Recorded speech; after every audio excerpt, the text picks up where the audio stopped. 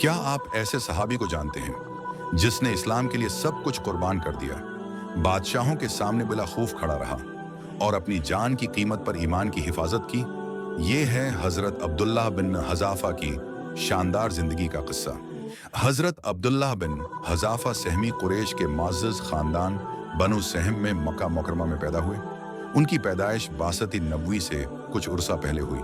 آپ فطرتاً بہادر، حاضر جواب، خوش مزاج اور غیر معمولی جرات کے مالک تھے۔ حق بات کہنے میں کسی ملامت کرنے والے کی پرواہ نہ کرتے تھے۔ یہی صفات آگے چل کر اسلام کے لیے عظیم خدمات کا سبب بنے۔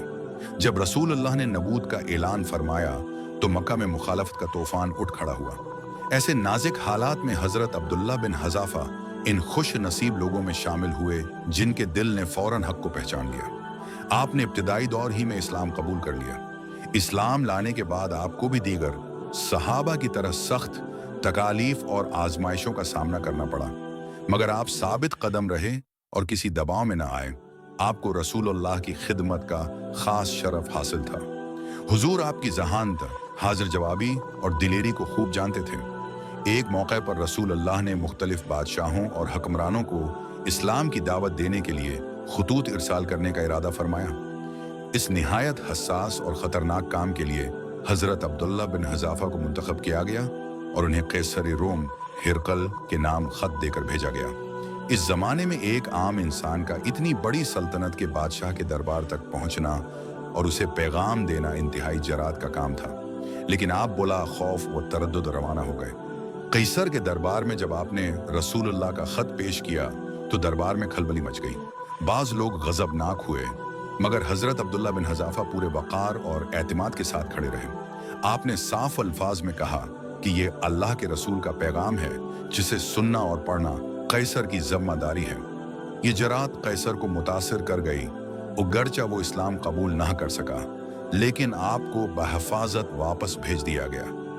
حضرت عبداللہ بن حذافہ غزوات میں بھی شریک رہے اور ہر موقع پر اپنی بہادری کا مظاہرہ کیا۔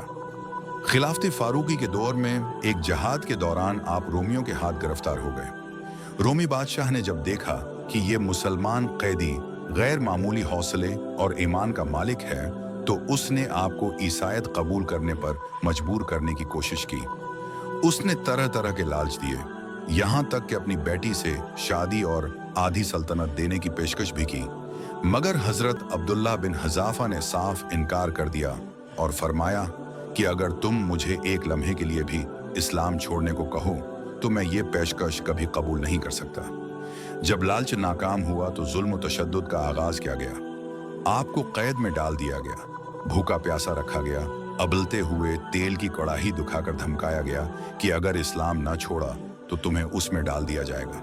یہاں تک کہ آپ کے سامنے ایک مسلمان قیدی کو تیل میں ڈال کر شہید کر دیا گیا تاکہ آپ کے حوصلے ٹوٹ جائیں۔ مگر حضرت عبداللہ بن حذافہ کا ایمان مزید مضبوط ہو گیا۔ جب بادشاہ نے وجہ پوچھی کہ تم کیوں روئے ہو تو آپ نے فرمایا کہ مجھے اس بات پر رونا آیا کہ کاش میرے جسم کے بالوں کے برابر جانیں ہوتی اور سب اللہ کے دین پر قربان ہو جاتے۔ آخر کار رومی بادشاہ آپ کے عزم کے آگے ہار مان گیا۔ اس نے ایک شرط رکھی کہ اگر تم میرے سر کو بوسہ دو تو میں تمہیں اور تمام مسلمان قیدیوں کو آزاد کر دوں گا۔ حضرت عبداللہ بن حذافہ نے امت مسلمہ کی خاطر یہ شرط قبول کر لی۔ قیدی آزاد ہوئے اور آپ سرخرو ہو کر مدینہ واپس پہنچے۔